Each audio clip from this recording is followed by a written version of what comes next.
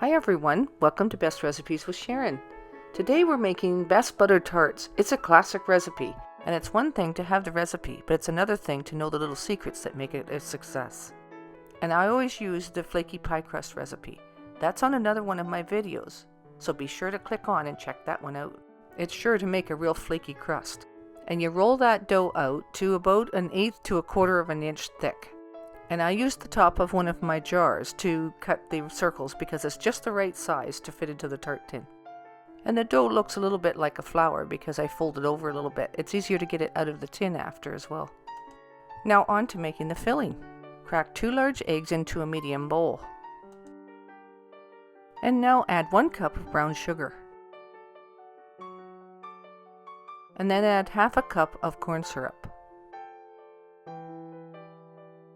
Then give this a little bit of a stir. Melt some salted butter and add 1/4 cup of that butter to the mixture. Now it needs to be real butter. As far as I'm concerned, that's essential. Because we're making butter tarts, it's really important that that flavor shines through. And you get that rich flavor that everybody desires in a butter tart. Beat it up until the mixture's nice and smooth like this and there's no lumps. I'm using good quality raisins here, and I'm boiling some water and pouring that over the raisins so that it softens them. And you let it sit just for a few minutes, then drain off the water. And you can choose to use raisins or pecans. Now take these pecans and break them into smaller pieces. So this filling makes enough for 1 dozen tarts. I'm going to do 6 with raisins and 6 with the pecans. And so the amounts that I need is probably about 1/3 cup of each. But I just pour a few of the raisins and pecans in the bottom of the tart shell. Then I spoon in the butter tart mixture on top of that.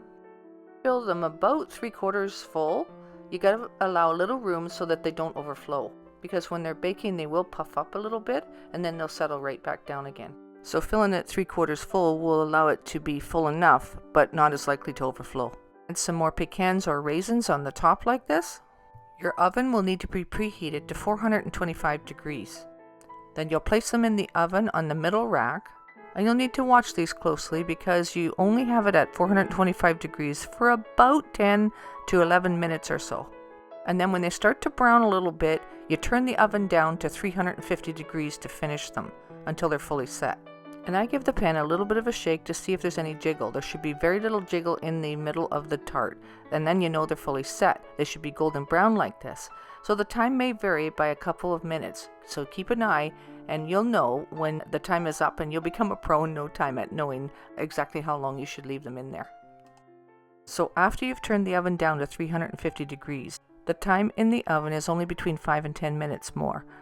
And the filling will slowly ooze out when you bite into the freshly baked tart. It'll be just enough time to catch it with the next bite.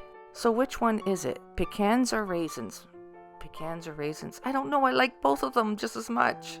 You're going to have a hard decision, but go ahead and make some and enjoy. Please like and subscribe and comment in the comment section. Let me know how they turn out for you. Thanks for watching today's episode. Talk to you next time.